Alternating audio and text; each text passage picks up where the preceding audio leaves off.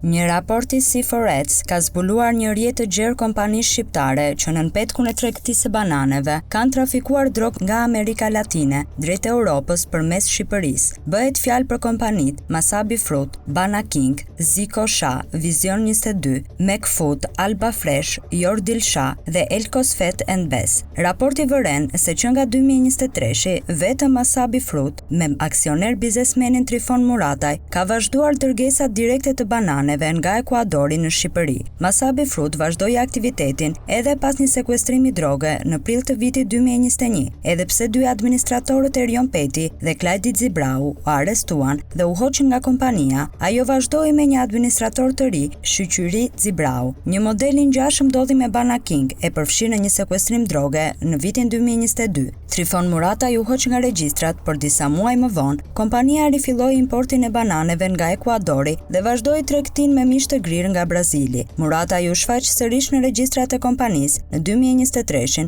dhe dyshohet se ka vepruar edhe nga New Jersey, ku zotëron prona dhe biznese të tjera, përfshirë Vision 22. Një emër tjetër i përmendur është Dritan Gjika. Ai operonte në mbulesën e të paktën 12 kompanive të ligjshme të lidhura me sektorin e pasurive të paluajtshme dhe atë të frutave. Një rast tjetër i dokumentuar është edhe ai i Dritan Rexhepit.